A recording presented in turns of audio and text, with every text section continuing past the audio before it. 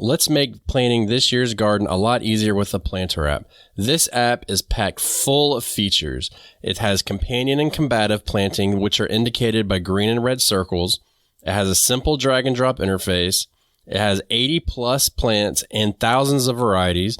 All the info is needed to grow veggies, including when to start seeds, transplant, and harvest, the ability to create custom plants and varieties, a growing guide with in-depth articles to supplement the quick info in the app, not to mention that you can view it and use it both on your PC and on your mobile device, so you can always be planting your garden on the go. This app is used in my garden year-round to plan the upcoming seasons, reference the last year's seasons so I know when to rotate, and it also helps me to learn more about companion planting using the visual cues. When you create your garden, it's going to be based on the dimensions, and each block is going to be a square foot. I've had a lot of fun using this app, and the Planter app, which is spelled Planter, is available in your app store on both Google and Apple. So what are you waiting for? Get out there and plan your garden, and use the link below to get a discount on the Planter app. To have a good harvest, one must plant good seeds and must also use the right kind of fertilizer. The carrots have grown large and firm. How good they will taste.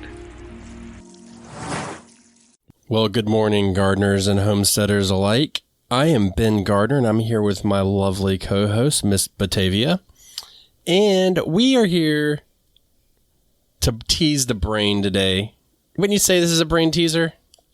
Yeah, I like that description. Yeah. You guys read the title. You know that we're really going to sit here and talk about it. That zones don't even matter. I know. Go ahead and shoot the messenger. You can give me all your hate mail. It's okay.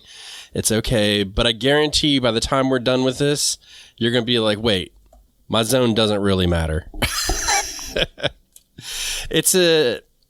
How much do you rely on them? Well, I think it's, a title like zones don't matter that much probably isn't as catchy. Yeah. But that's firmly how I feel about it. I have this whole theory, which, it's going to be for our other topic podcast, the other podcast we haven't started yet, about how it feels good to belong. It feels good to be able to refer to yourself as a insert blank. And Gardner is, an opportunity to, belong to a crew, a clique, a group. And I think there's something about, like, there's a speak that that group has. And zones are kind of like this common, theme that a lot of us in the U.S. primarily kind of focus on. Like, I know what I'm talking about. I know what zone I'm in. Well, now I do. Yeah. We think it's going to tell us something about the way you're gardening versus the way that I'm gardening. And, So here's the moment. You kind of brought it up, and I'm going to say it. We did one other episode all about zones, and we sat here and we're like, you need to know your zone. You need to know your zone. And which I do think you need to know your zone. For sure, because the zone tells you what your minimum winter temperature on average is. And so as expected, this number has been shifting throughout the years and is expected to continue to shift as far as if you feel to believe in climate change. Either way, you can't deny that it is definitely getting warmer, but sometimes we get cooler. So these zones will continue to shift. Now, it is important to know it, but I don't feel like, especially for a vegetable gardener, that it is something that we just need to live and die by. Because if we talk about what is a zone? The minimum temperature, right? Well, when you're growing a tomato plant, what's the minimum temperature? More like 50 degrees Fahrenheit. Yeah. I mean, they'll make it through a lot cooler than that, but let's just call it even 32. Nope, I'm not calling it 32, but I'll let you. Yeah, you can let me call it, or let's just say frost. How's that? So if you think about it like that, like the zone doesn't matter at that point. And so this actually it's funny. This topic was born out of the Backyard Gardens community page on Facebook, Communities Garden. And somebody was coming in and asking questions about, they're in this zone and they wanted to know when to plant. And somebody else chimed in, like, the zone doesn't really matter. And it was like, they were exactly right. The zone didn't matter. So it's just interesting to see how that's kind of, how we live and die by it. But when you think about it and think outside the box, it doesn't make a difference. Yeah, I mean, I think that we've shortened it to say zone, we've shortened it to say garden zone, but it's hardiness zone. And so the place that it matters, I believe, is when you get to perennials. Yes. So there's some perennials that will survive in your zone, but not mine. Right. And it's based on, in your zone, you are on average getting down to whatever degrees Fahrenheit. And on mine, I'm getting down to, because I now know this, on average -5 degrees Fahrenheit. Did I get down to 5 degrees Fahrenheit at all this winter? No. But it can happen. Yeah, it's an average. History has said that, this could occur. And so I think that's important. I think that there's some like plants that are not technically perennials, but they will return, right? And so depending on what your zone is, you may find that, 2 states over, they're able to have a certain plant return every year. And then in my place, they're not. We may be in the same zone, we may not be. I think that, but like, I'd say much more than 90% of what we're talking about when we're asking questions about zones isn't related to perennials. No. No. And I mean, I know that there's people listening right now that have been like, well, I've been growing this eggplant, pepper, tomato for 5 years straight in the garden. And that's because you don't get below that temperature. And which your zone is great. But, I know somebody out in, I believe it was Washington State, same zone as me, exact same zone, 8A to be exact. And their high temperature doesn't really meet 85 degrees very often, but they don't really get to freezing either during the winter. I mean, obviously we can get to freezing, and we definitely do, but it's not a repetitive thing over and over and over. And that changes the dynamic of what you can plant and grow in your garden. Yeah, it's interesting. It's because it's a common question. And for a while, I really, really, really, really thought it was really relevant. I would commonly say things like, I'm in zone 6A. Yeah. I'm in zone 6A. And then I'd also say things like, I'm in Chicago, which is probably more important to folks than, the zone, or at least should be. And then someone's always going to correct you on the internet. I get, I thought Chicago was zone 5. And it's like, well, yeah, some parts are, but all in all, if I'm looking at, it's a pretty big swag. So from 5A, you can get down to -20. 6A, where I'm at, 5A, you can get down to -15. 6A, you can get down to -5. The reality is you're below 0 as an average. You're probably done. Your tomato plants have been done. But I can get the idea of like that is a big gap. But again, for my annual vegetables, annual flowers, none of that makes a difference. No. I wish we could capture like the number of days and average kind of the low and high of temperatures between like, spring and fall for the U.S. Because that's the bit that matters. And I'm not even folding in humidity and all of that stuff. But I still am surprised that I'm able to do some of the things I'm able to do in Chicago, knowing that we get, I believe it's hot in Chicago during the summer, but it's not North Carolina hot. Like, that's the part that I think matters, Right. How hot, how long, Well, and I think, but see, you kind of started hitting the nail on the head a little bit, and it's not necessarily, how cold can you get? It's how hot can you get? What's your humidity level? How much precipitation do you get? How much sunlight you get? Now, I've had the pleasure of living in multiple latitudes within our country, and I can tell you when I lived in a higher latitude, it didn't get dark till almost 9:30, 9:45 at night. And it got light at like 5 in the morning. So you can start to see where here it gets dark at like 8:30 at night in the middle of summer. It'll get light probably about 6:15. So you're adding a couple hours of light on there. So what would something like that do? It could fry some plants. Well, it can fry some plants, but in these areas where it doesn't get very warm, it energizes them and they get a lot more growth out of them. It's just like leave it on your seed light for 16 hours a day. You know, you're getting more light, so they're able to grow faster at a more pleasant temperature than here. You know what I mean? Because I saw, like, when you go up into, like, I was shocked at some of the crops that they could grow in like Maine and stuff like that, like way up there. I mean, I'm talking about I would go up there and it would be Labor Day and we'd be kicking ice out of the dog bowl. You know what I mean? Like it was cold. But I mean, they could grow just about everything we can here. And a lot of times even better because they had all of that light. So I think, you know, there is a website somewhere, and I will find it throughout this podcast, where you actually go and you find out your zone, but what you actually find out is the amount of growing days that you have. And that's really important. If I can find, I've seen it 100 times, but I never take note of it until I actually need it.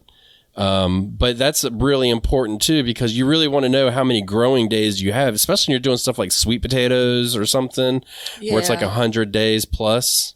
It still varies though. So I've spoke of my growing days, and I've spoke of it in a way of between my average first frost and average last frost, which, by the way, I believe those are also more important than garden zones, right? But again, you know, and I know that I can grow on either side of those depending on the crop. Yeah. You know. I feel like there should be like 2 zones, your cold hardiness zone and then your heat hardiness zone. I feel like that's something. If I can get to 110, well, 110 is probably very, very abnormal. But if I can get 100, if I can get to 100 degrees in Chicago over the course of 4 or 5 days, that's still very different than a month of triple digit weather. You know. And that's the same thing for the cold for me versus you. Yeah, excellent. Where it gets cold, it warms up, gets cold, it warms up, gets cold, it warms up. You know, those are the big difference. So yeah, that for you, that allows you to grow many more things across many more months. But then there's also the crop confusion, the vegetable confusion based on those spikes back and forth. Yeah. You know. All right, you ready to wrap it up? I mean, that's it. We're done, everybody. Everybody, you know now. But Well, go ahead. No, I was just going to ask. So I share my opinion on why I think zones became so prominent, you know, in social media and garden dialogue. I've never been in a garden center or a nursery where there's conversations about zones. The only time I hear it is, again, with perennials and flowers. And I think it does absolutely matter when it comes to that.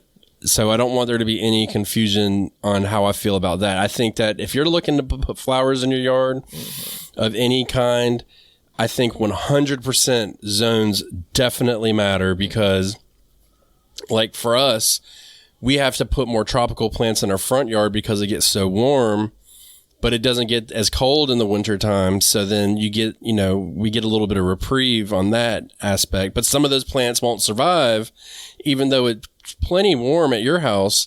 They wouldn't make it through the winter. They would act like annuals. Yeah, and that's there's also this bit, and I don't know a ton on it, so don't start quoting me, but there's a component of fruit trees. Like, why are you know, oranges grown much more in Florida or California than in Chicago, right? You know, so there's a bit of the hardiness, but there's also how long it takes these fruits to ripen as well. You know, do I have enough days for that to come to fruition? Can a tree survive over a winter if it's not going to bear fruit until the second year, you know? So I think those things, I think you're stepping into a different level of gardening when you're talking about those kind of vegetables. Maybe not perennials. Perennials are a little bit more common. People buying them, not even realizing they're perennials. People planting them, not necessarily realizing it. So I think there is an opportunity to, you know, for some disappointment. And I can't even say with 100% certainty that, you know, if you're in your local area, you know, the thought is a perennial won't be sold if it can't survive there. Because some people do treat perennials as annuals. They like whatever the thing is so much where they just want to grow it for the short period, for the 1 year. I definitely think, though, the risk with disappointment increases because we're able to order so many things online. Yeah, for sure. Yeah, 100%. And I mean, for us, it's like, well, hold on. Let me just say this. So the first hardiness zone was created in 1927, and it had 8 zones. And that's like one place that I see. It's like a nursery that has that listed. And then if you go to Wikipedia, it says that it was created in 1960. So I don't know. I think the more accurate one was probably created in 1960. And then the zones changed in 1990. In 2012, they were updated. So it's like you almost need, and so if you ask me, it sounds like we're due for another change or another reevaluation of what zone you're in. So, well, I told you that my my frost and first frost and last frost dates have shifted by a couple of days. Right. Mine too. Yeah, mine's shifted by a week. So there is that. And I mean, and that's the thing too, is you're in zone 6A, I'm in zone 8A, and our frost dates are very similar. Yeah. We're like a week or two off on either one. So, that doesn't really matter though, because when you look at it that way in the grand scheme of things, like your last frost date is what? November the 1st. No, your first frost date. Sorry. I always get them mixed up no matter what. It's probably because I'm always so concerned about the frost coming. April the 17th. So you're April the 17th. I believe now technically, I do need to say this. When you look up your frost date, there are multiple dates based on percentages of chances. So I'm going to split the difference and say April 2nd. Now, here we are right now. We're recording this and it's April 5th and it's 85 degrees outside and the low is 65. On April, let's say April 18th, which would be 3 days after yours, if I did my math right. I may not have, but anyways, what's your low temperature going to be? In April the what? Like 3 days after your last frost date. Oh, it could still be, in the 30s for sure. Right. And see, there's the difference right there as well. That's a huge difference. So we're talking multiple things that are just changing the dynamic of this conversation completely. And it's frustrating because you hear people and they're like, well, I don't know why this won't grow because I'm in zone 8 or I'm in zone 7. And it's like, well, hold on now. Let's slow down, Turbo. There's a difference, I think I saw with mine, I'm still going to continuously look for the website, but I think mine, I had 264 active growing days for me. So that makes, when I think about that I can now apply that to what I'm growing. And I feel like if you're going to ask somebody a question, you should be like, hey, been here 265 days. Question. You know what I mean? Because then you can really put it together when it comes to vegetables. Like, what can this person grow and what can they not? Imagine somebody with 90 days. You're eliminating all potatoes, melons, okras, all these things right off the bat in that first initial sentence. And it's not a light switch. It's not, I get to my average last frost date. That's why you asked me, like, what's going to be the temperature 3 days later. Like, I could still average, first off, I could still get a frost, but it's not like we go from, all right, there's no more 32 degree days. Now we're in the 60s. That's just not how it works, right? Right. Not for me, right? So it's much more of a slow pull with a couple of spikes here or there. Like yesterday, I was telling my girlfriends, I woke up and I was like, damn it, I left the stove on. Like I was cooking, earlier in the evening, and it was so hot that I'm like, because I do that sometimes. I know it's not safe, but sometimes I'll leave it on accidentally. And I'm like, God gosh, and I'm like, I'm so tired. I don't want to get up. I'm like, all right, I'm going to get up and turn it off. And so I walked into the kitchen and the stove wasn't on. I looked to see if the burners were on. Like it was so hot. It was 71 degrees overnight. That's crazy. On April the 4th. And we are expected to get down to 35 degrees as a low tomorrow. Where's so that that's happen? How much you're swinging right now? Yeah, the 70 is definitely an outlier. The rest of the temps for the week are going to be at a high like in the 50s, teetering around 60. But today it was 70 again. Woke up and realized, oh, the house is on fire because it's much warmer outside. We may get another 70-degree day in another week. Like, that's the hard part, but our nights are still so cold. I was talking to my uncle about it, and when I was in the garden last weekend, I like to garden, without gloves. And I was like, this soil is so cold, like cold to the touch. Like, you really don't want to work in it too long because it's that kind of cold. Yeah. And that bed had been covered with plastic for months. So that's going to be the warmest part of my garden, but it's still super duper duper cold. It doesn't matter that I've had a couple of 65-degree days. But anyway, I'm getting a little bit off topic, but all of these are temperatures that I like to keep track of. Well, and if you think about it too, like in my state in particular, I live on the coast, and so we're in zone 8A. You go out towards the mountains, they're in zone like 7 or 6 or something like that. And you think that it would be totally different, but in all reality, other than that low temperature, it's not. They can have, out in the mountains and stuff, wild temperature swings. I've been out there and it'd be 85 degrees in the day, and then the next morning it'll be snowing. So there's all these different variables that can go into it as well. And it makes it, I just feel like it makes it overly complicated, and it's an antiquated method of determining what to grow. And I think as gardeners, we've latched onto it in a way that's unhealthy, and it can be very deceiving. Yeah. There's like a whole bunch of negative things said at once. I apologize. Well, so now where's the harm? Where's the true harm? So someone that's like, oh, I'm looking at, you've been in zone 8A, and I'm also in 8A, but again, I'm maybe in Washington State, and I try to grow the thing that you grow. Like, if I'm successful, it doesn't really matter, right? If I'm looking at you and saying, well, he's only a couple of zones ahead of me, I could probably still grow it. Like, I do believe that there is a little bit of heartbreak. Not only that's actually possible, but that's occurred.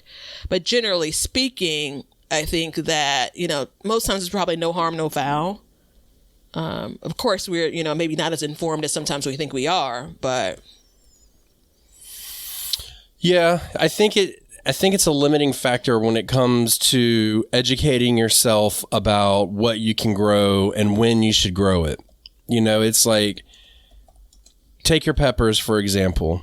Start your seeds 8 weeks before you plant them outside. Okay, that's average what they say. Now, before your last frost date, is exactly what they say. Now, if you think that, then if you plant 8 weeks before your last frost date, are you going to be able to put them out right after your frost date? You're going to be 12, 16 weeks after that before that pepper can go in the ground. Now look at me on the other hand. I planted mine. Well, based on my experience, I started them 16 weeks ahead of time, but it's not even my last frost date, or it's just hit it and I'm about to put my peppers in the ground.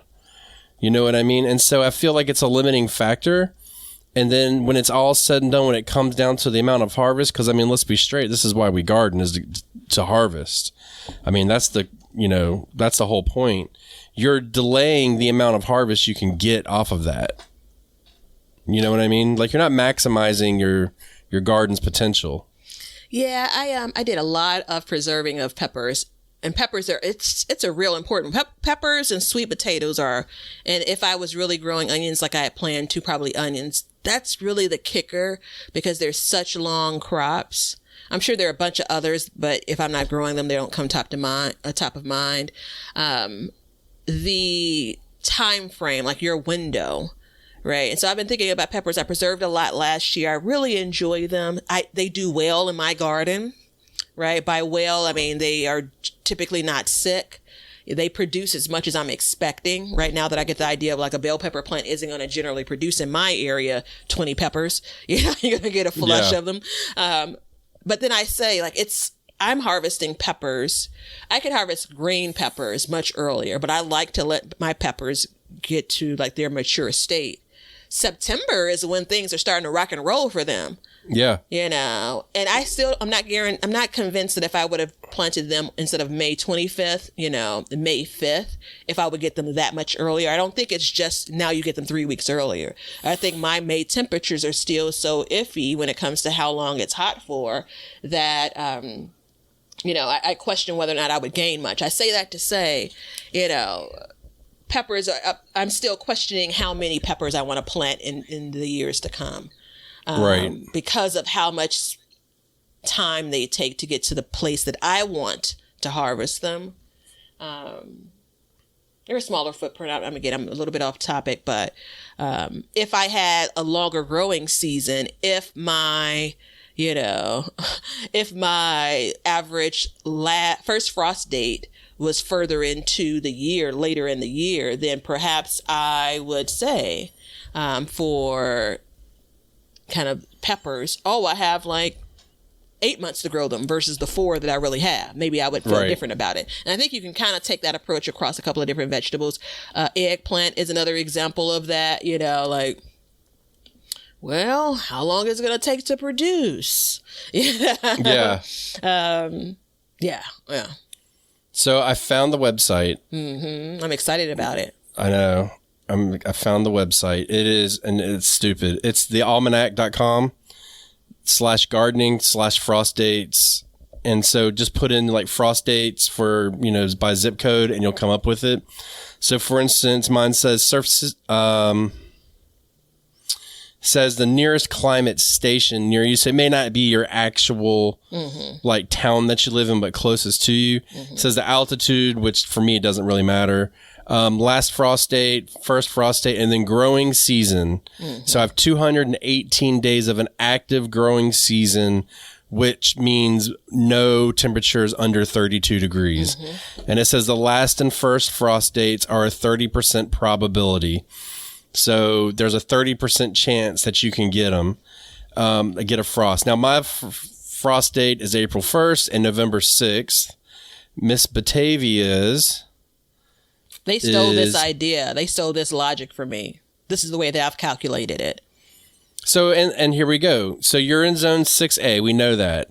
Your last frost date is April 17th, November 1st, and your growing season is 197 days. Yep. So I only have 21 more days of technical growing, but because of the way my temperatures are more, I'm trying to think of the correct word, more regulated in the winter, I actually can grow year round for certain crops. That doesn't mean that I can go out there and just do whatever the hell I want. I've got to time things out just right. But yeah, we can grow. And I've proven that year after year that I can grow food year round. And with a little bit of protection, I can even take another step further and basically grow any winter crop I want in the middle of winter. Just off that. And we're 3 zones away from each other. So I want you to take the other look at that. Without protection, look at what you're able to grow. Yeah. And I'm sure someone that lives in Chicago, you're probably 8 streets over, that you have something that you're actively growing that's just in the middle of snow in the winter. I've not had that experience. Right? Like anything that I have, if it's out in the open, at some point, the top will be dead. The root may still survive, but the top will be dead. I'm not going out to harvest leaves of something, on January 20th, because it's been 10 degrees for 10 days, and so that's a huge difference. I had someone comment, and it was, unfortunately, I'm a little bit late to get back to it, but the comment was like, "Oh, I'd like to grow. Tell me how I can grow this during how can I grow and fertilize this during the winter?" And I'm, in my mind, when I write the response back, which I do all the time, but sometimes I don't type it out, like, what's your winter like? Like where are you isn't even enough anymore. You can narrow some things down. Like this person says California. There's some clearly we saw all that snow in California. I can't think of where exactly that was a couple of months ago. So we know even California isn't descriptive enough. But if they were to tell me Chicago, then I got the answer for you. If you were to tell me Michigan, I got the answer for you. If you tell me Indiana, I got the answer for you. Like, you can't, like not out in the open, at least. I think those things, it's nuance, but that's the critical piece. What you're doing, where you are, and how long you're trying to do it for. Get that, Leonard? Put it on a t-shirt. Leonard got all of it. Mm-hmm. I don't know zip codes and stuff, so I can't really be looking stuff up. But I know, like, from northern to southern California is like totally different. Mm-hmm. I mean, it's a totally different climate. It's kind of crazy. Mm-hmm. Well, I mean, it's such a big state too. I think that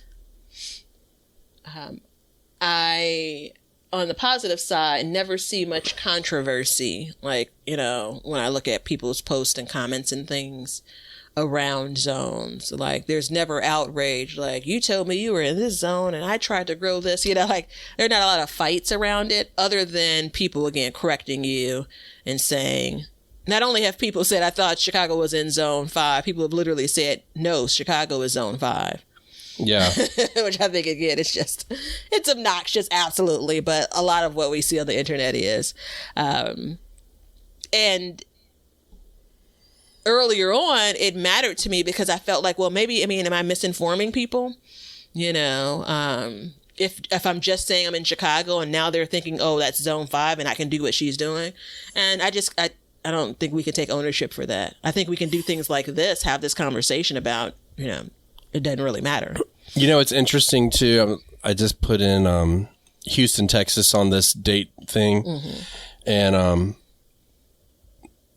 it doesn't even say anything about zones on it whatsoever. Isn't that fascinating?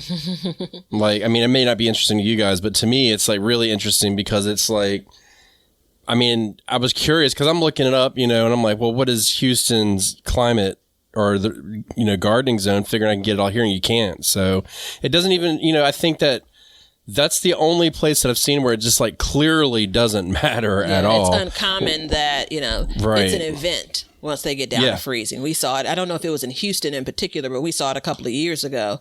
When people had pipes, bursting in their kitchen. Yeah. It's a whole ordeal. But that's an area that, it's almost never a worry for them. I think there are a few other pockets where, you see things. I see videos now where people are still referring back to the big freeze, last year. I know that impacted you a bit as well in 2022, later part of 2022. Like, zones didn't save you. What, are you laughing at me? Because I was making fun of, the big freeze. Just because I remember a month ago, we're like, I'm so tired of hearing about the big freeze. But it's like, for us, it was like huge deal. Yeah. Especially when it came. That was the thing, is when it came.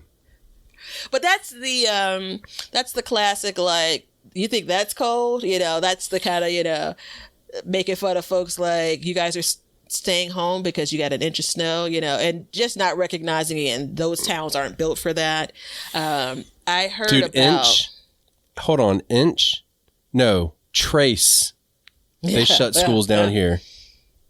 Yeah, I was one of my favorite pair of boots, which have kind of turned into my early spring, late winter garden boots. They have absolutely no tread on them. And I'll go out, walk into my car to the garage, and there's a spot that's always slick on my deck, and I'm like, oh, and so it's the reminder of like, oh, you think this weather is turned to your favor, but guess what? If you get out there early morning, I have a video clip of that on my phone. Yeah. I have a video clip. Yeah. No, I should have fully expected. Those are the boots, though. Those are absolutely the boots. And that's probably 60% of why you have that video. Because the other 40% was, I was going to end up on my butt either way. I want to just say the part about the clip that I love the best. This is a clip that Batavia sent me, and it is locked in a vault. I cannot divulge it to you guys. I'm sorry. Where she slipped in the snow and fell. It was the amount of time she sat there in the snow just thinking like, damn it.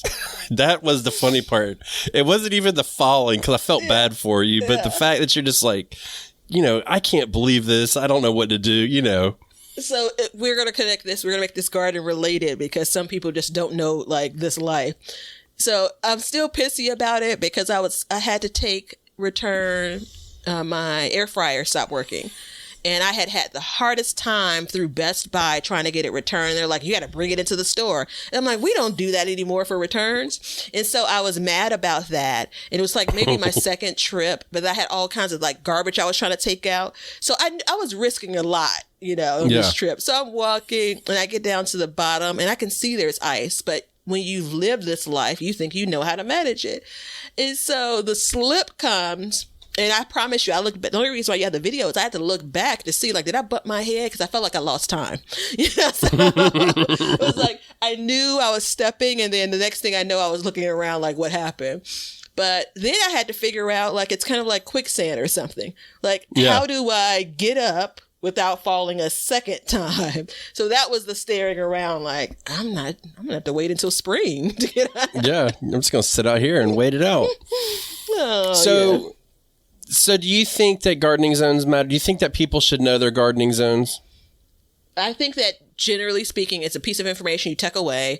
I think that generally speaking, they matter, but they're not as important as most people think.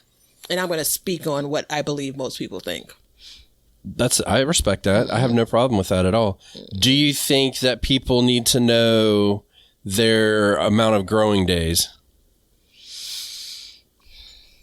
Are you going to ask me about all of these, and then are you going to ask me to rank them? I'm going to go all the way through. Yes, I think it's probably more important than garden zones. And I mean, do you need to know your first and last frost date? I think that's probably one of the most important. Yeah, I do too. If you get down to frost, obviously. No, what I'm going to do is I'm going to take it a step further and see. I want everybody to realize, like, I sell a lot of plants and I talk to a lot of people. And it's funny, like, we went to a farmer's market last week, and I hope this person's listening. I really do. And he's walking around and he's like looking at the plants and he's like, I'm like, you guys interested in some peppers or something? You got any questions? And he's like, man, I've had my garden planted for like 3 months. And I'm like, oh, really? And I know where he lives. I know the climate. I know what the weather has been. And I was like, oh, really? He's like, yeah. He's like, I've been having some problems, though. I'm like, shocker. And I was like, what, did it get warm one day and then you went out and planted? He's like, yeah. And I was like, you can't do that, man. But he proceeded to pick an argument with me about it.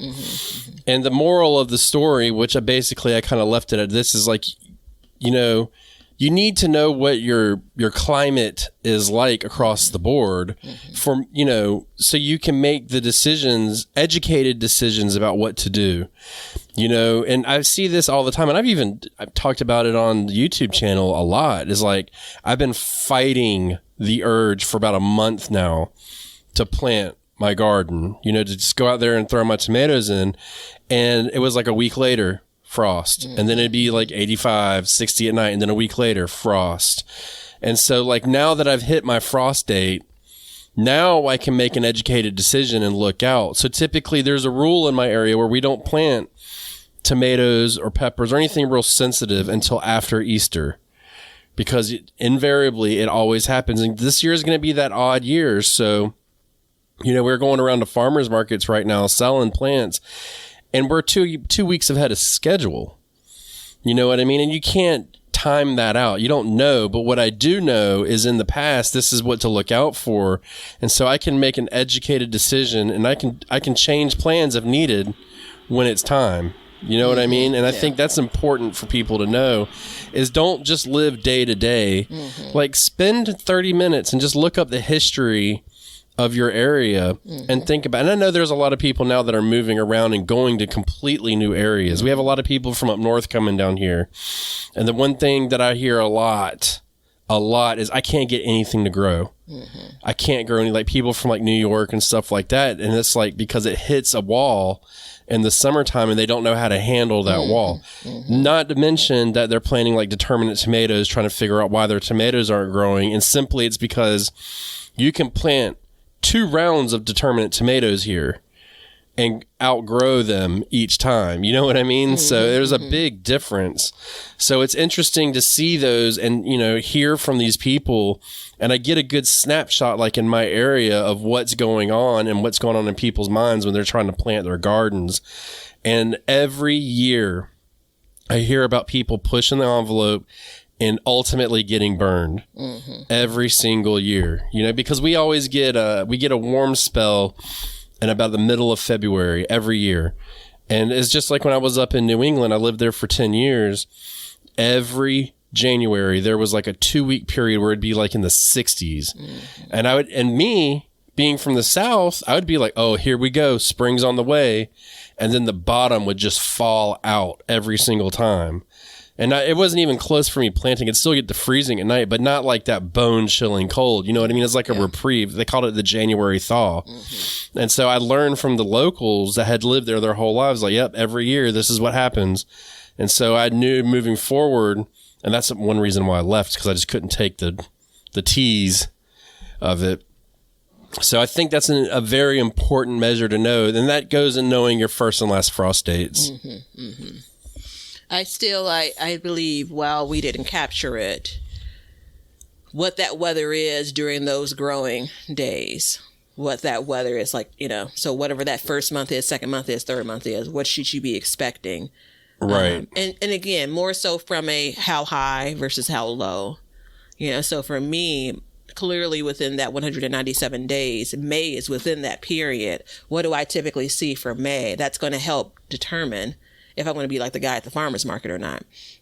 What is my September, October? Have feelings around kind of what those months look like. September is pretty even keel, but October is any person's guess, and then even going into November, right? So my average first frost is November the 1st. It could come. You've seen it. You've seen me tracking it. It could come on that date, a day before, a day after. I wish it was like just get over that hump and then you're in the clear. But no, you're going to get it a few different times in November. Right. And that's going to impact what I do. I'm not going to get down to -5 degrees. No. But which goes back to the garden zone and how even in November, it really doesn't matter that much.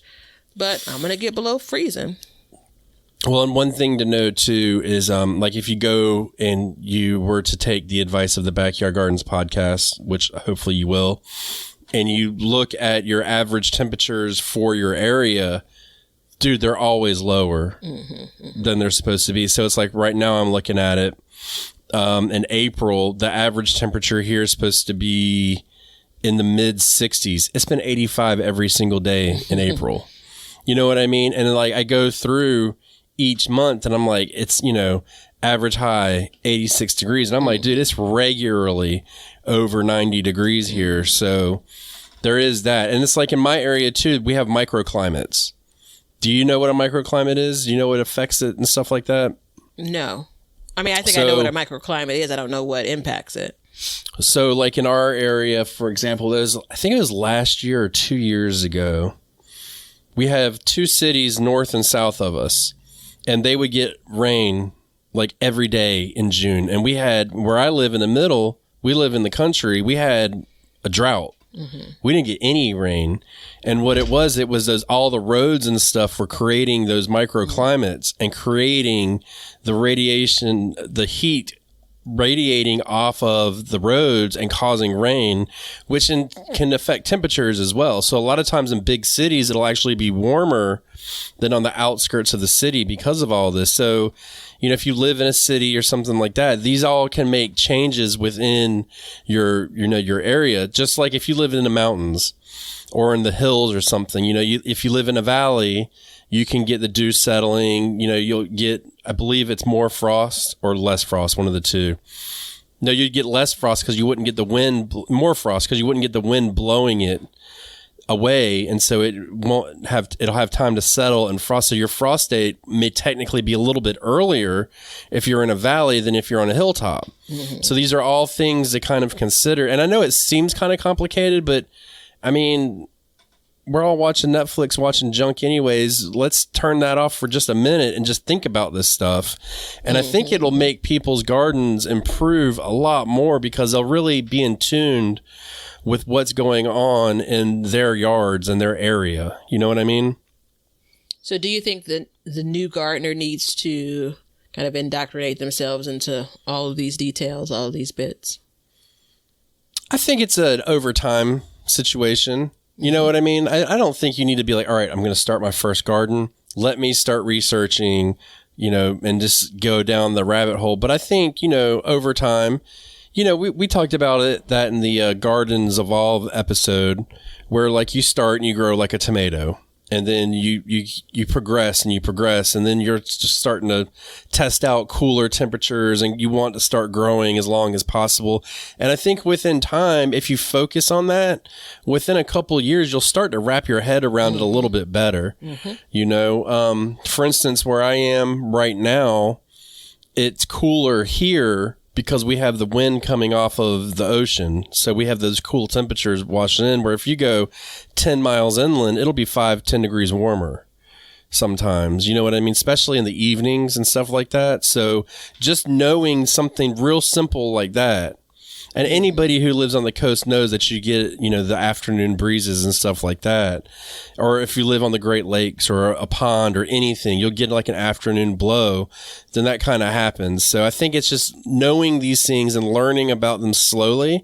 You can wrap your head around it a lot better. I definitely don't think you should just dive into it right away, because it does get really complicated. Yeah, it's like, you don't take trigonometry before you complete your algebra courses, right? No. And that's not to say that what we're talking about is as complicated on scale, but I think that even the desire to want to know these things comes for different people at different times. But, if you have a single tomato plant, you probably aren't interested in all of these details, and you probably don't need to know all of these details. No. If you try to plant a tomato plant in Chicago and in January, you'll quickly find out. I think intuitively people get it.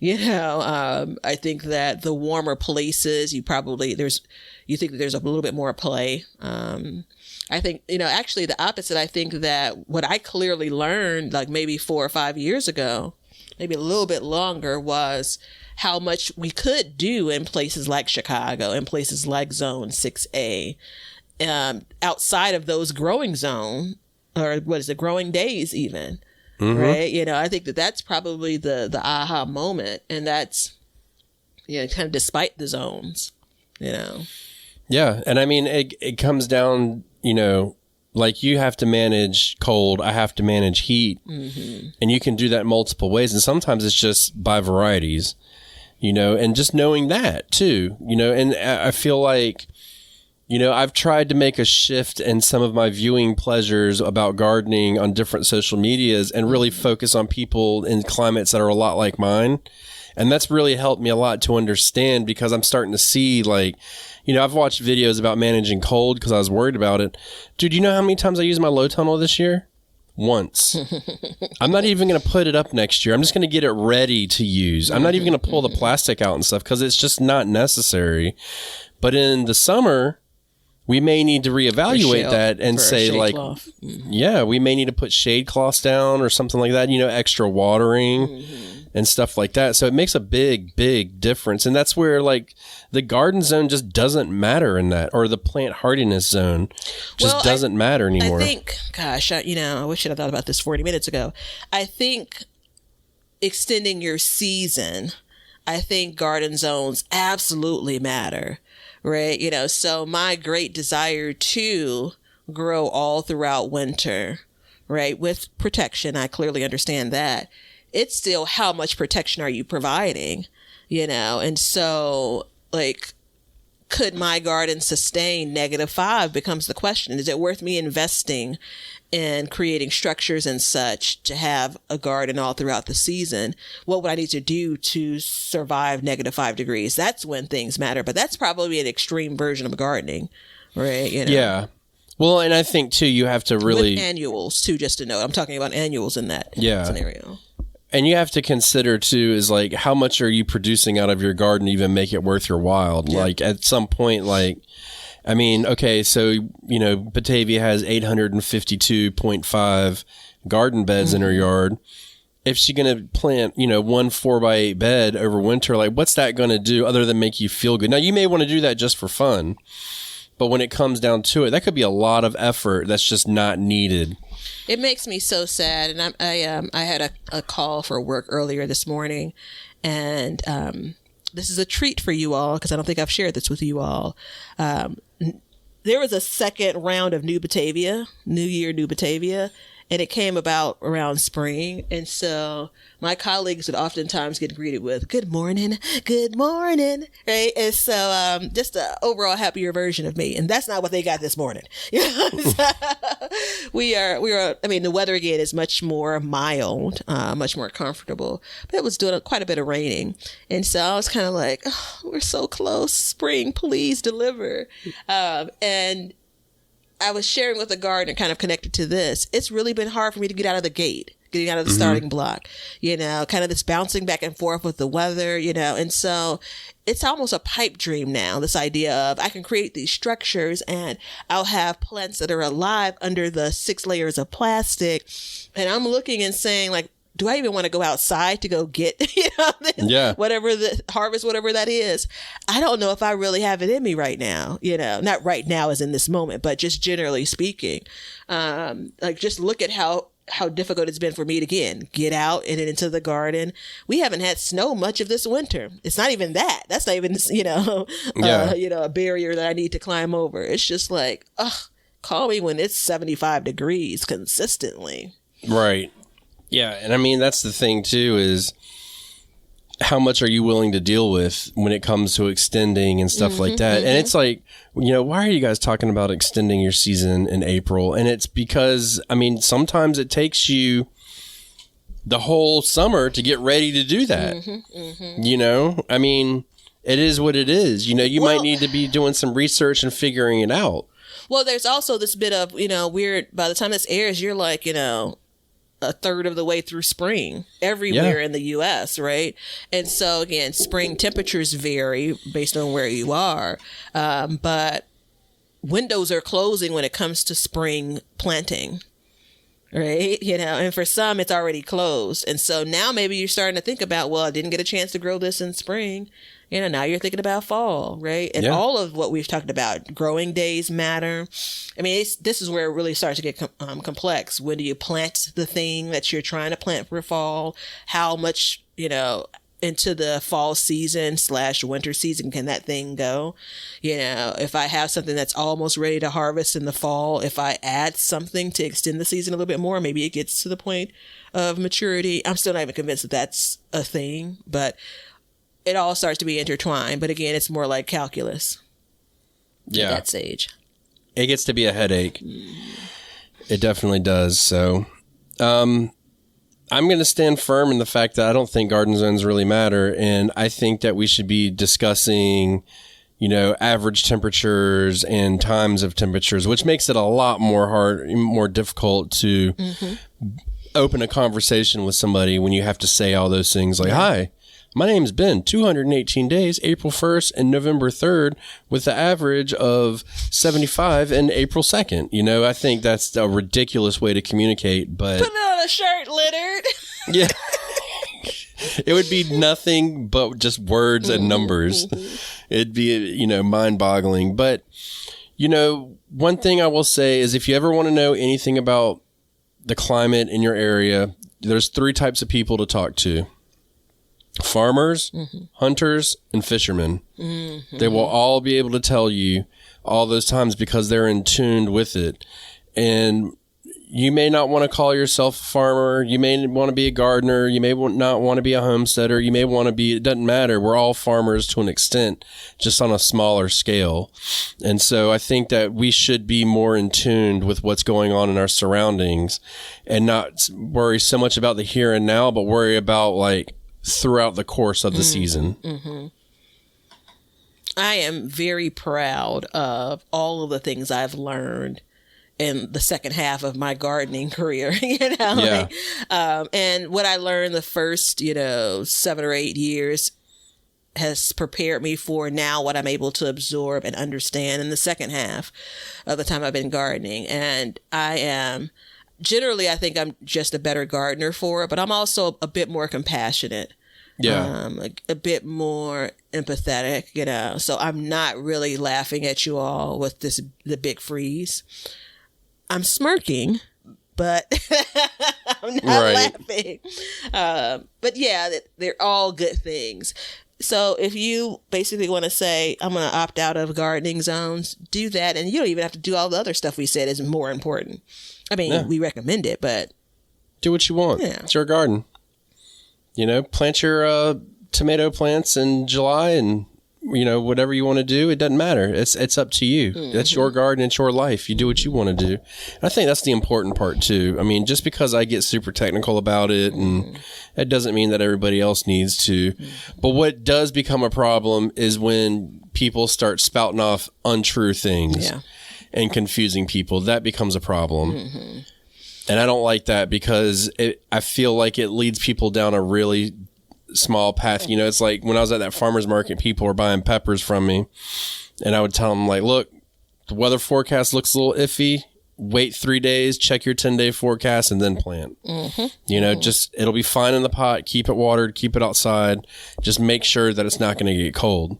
Yeah. And, you know, once you do that, I think, you know, that's the responsible thing to do. What's a couple days going to do? Yeah. I mean, really, are you going to get that much of a jump on a couple days? Yeah. You know, Probably a couple not. weeks, yes, but a couple days, no. It doesn't matter at all. Agreed. Firm stance. So, everybody, I believe that we've covered that zones don't matter anymore. Batavia is officially in Zone 6A, and I am in Zone 8A. Officially. You've heard my singing voice, and you all can form your opinions on it.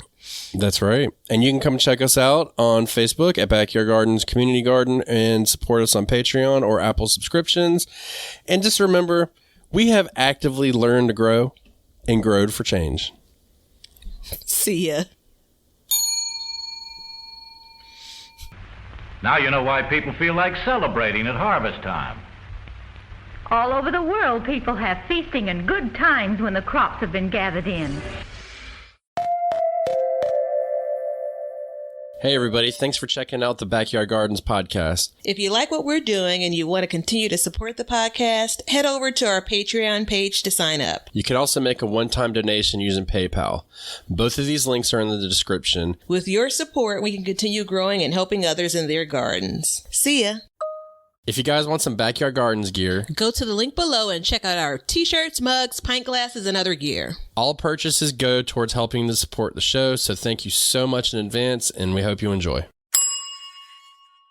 We want everybody to have a garden, and we're going to give you a chance to win free seeds every month. Head over to backyardgardenstv.com and enter your email address to be entered in all of our giveaways. Good luck! We want you to be a part of our gardening community. DM us a picture of your garden at Backyard Gardens TV on Instagram, and we will share it with our listeners.